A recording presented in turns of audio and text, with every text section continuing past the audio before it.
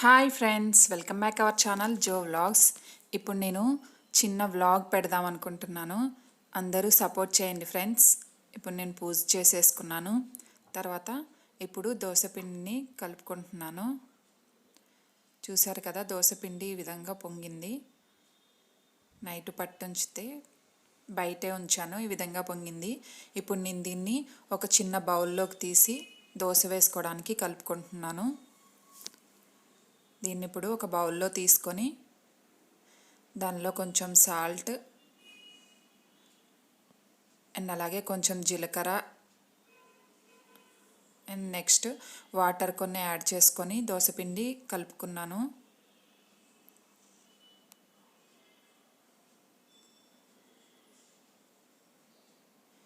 ఈ విధంగా దోసపిండి కలుపుకున్న తర్వాత ఇప్పుడు నేను దోశ వేసుకుంటున్నాను.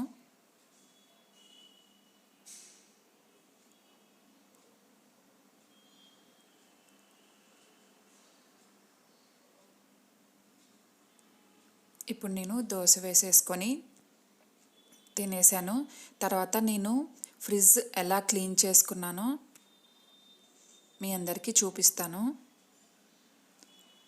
ఇప్పుడు నేను ఫ్రిడ్జ్ ఓపెన్ చేసి ఫ్రిడ్జ్లో ఉన్నవన్నీ తీసి బయట పెట్టేశాను.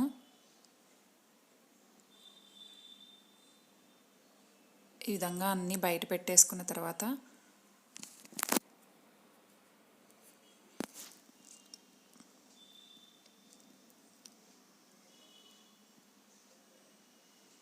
ఇప్పుడు దీంట్లో ఉన్న పార్ట్స్ అన్నీ తీసేసి వీటన్నిటిని విమ్ లిక్విడ్తో వాష్ చేసేసుకున్నాను. ఇవన్నీ తీసేసి విమ్ లిక్విడ్తో వాష్ చేసుకున్న తర్వాత కడిగేసి వీటన్నింటినీ అక్కడ పెట్టేశాను.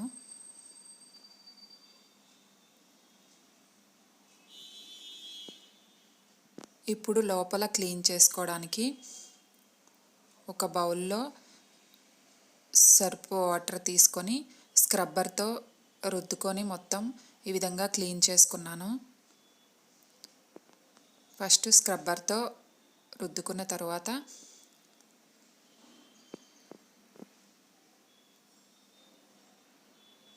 ఈ విధంగా మొత్తం ఒకసారి స్క్రబ్బర్తో క్లీన్ చేసుకున్న తర్వాత ఇప్పుడు నేను ఒక బౌల్లో వాటర్ తీసుకొని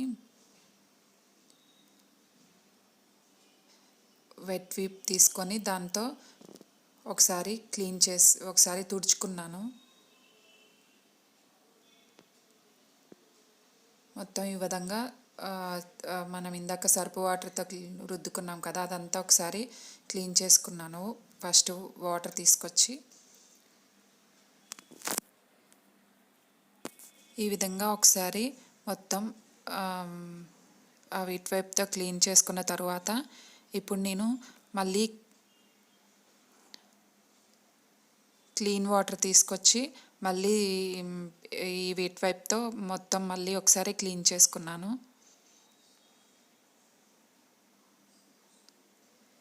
ఈ విధంగా మొత్తం ఒకసారి క్లీన్ చేసేసుకున్న తర్వాత ఇప్పుడు నేను ఇందాక మనం ఇందులో ఉన్న పార్ట్స్ అన్నీ తీసి వాష్ చేసి పెట్టుకున్నాం కదా, అవన్నీ తీసుకొచ్చి ఒక క్లాత్తో వాటర్ లేకుండా తుడిచేసుకొని మళ్ళీ వాటి ప్లేసుల్లో సెట్ చేశాను.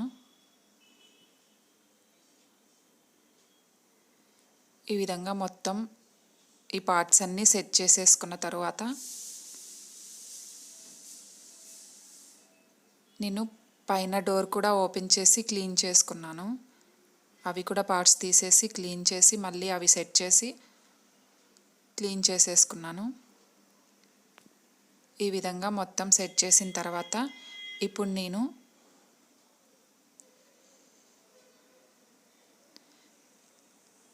అన్నీ మొత్తం దీనిలో ఉన్న ఐటమ్స్ అన్నీ మళ్ళీ అన్నీ దానిలో సెట్ చేసేసుకున్నాను. చూసారు కదా, ఈ విధంగా నేను ఫ్రిడ్జ్లోనే ఉన్న ఐటమ్స్ అన్నీ మళ్ళీ ఈ విధంగా ఆర్గనైజ్ చేసేసుకున్నాను. అంతే,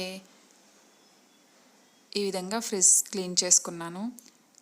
నచ్చితే లైక్ చేయండి అండ్ అలాగే సబ్స్క్రైబ్ చేసుకోండి ఫ్రెండ్స్. బాయ్.